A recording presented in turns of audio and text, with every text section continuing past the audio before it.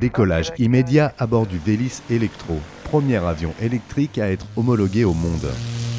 Ce biplace conçu par une entreprise slovène a intégré la flotte de l'aéroclub d'Albi situé dans le Tarn. Allez, ça décolle. Des vols à 160 km/h presque silencieux. Pour l'utilisation, 4 interrupteurs et une fois que tout est sur marche, il ne fait pas plus de bruit que ça comme une voiture électrique. Il est très très fin, c'est vraiment des pressions sur les commandes, c'est extrêmement agréable à piloter, vraiment. L'aéroclub loue le Velis Electro à une jeune entreprise bretonne pionnière dans la location d'avions décarbonés. Une trentaine d'exemplaires volent aujourd'hui dans les airs de différents pays d'Europe. L'entreprise prévoit en 2024 de faire grossir sa flotte à 70 avions. Raison du succès, un impact environnemental réduit et des coûts maîtrisés. C'est un avion qui est un peu plus cher à l'acquisition, mais moins cher d'un point de vue opérationnel.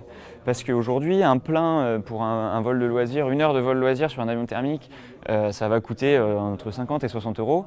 Là, un plein électrique, ça coûte 5 euros maximum. Dans le modèle qu'on propose en location clé en main, on arrive autour de 110 euros de l'heure de vol. Un avion thermique, c'est à peu près les mêmes ordres de grandeur, sauf que ce sont des avions d'occasion, et puis qui émettent beaucoup de bruit et qui émettent aussi beaucoup de CO2.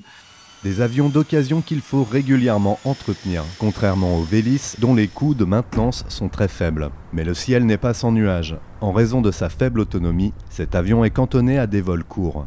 Cet avion-là, il a une autonomie d'environ 1 heure. Un avion thermique classique, quand on a le plein, c'est 3-4 heures.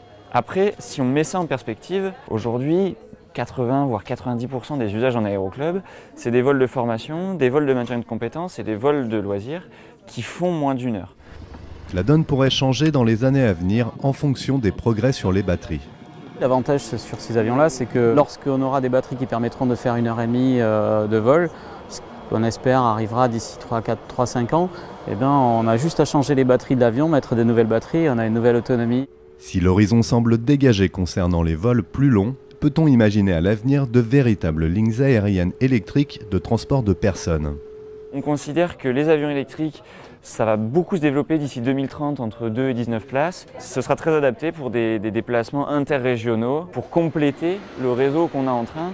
Aujourd'hui, on a du train qui fonctionne très bien sur les radiales vers Paris, mais les transversales ne fonctionnent pas. 48% du réseau ferré aujourd'hui est encore au fioul, et notamment toutes les transversales. Moi, je pense qu'il y a une vraie opportunité de désenclaver les territoires sans aucune infrastructure complémentaire, puisqu'on a 400 aérodromes en France. On a un très très beau maillage. Imaginez un Nantes-Montpellier ou un Brest-Nantes ou ce genre de ligne, ou même un Paris-Aurillac. Demain, vous pourriez avoir une continuité territoriale avec des avions décarbonés pour desservir les îles et pour desservir les villes qui sont plus difficiles d'accès en train. Et voilà. L'entreprise bretonne compte inaugurer la première liaison aérienne électrique d'Europe entre Brest et Ouessant grâce à un avion capable d'embarquer 9 passagers. Durée du vol 18 minutes, ouverture du guichet d'enregistrement 2025.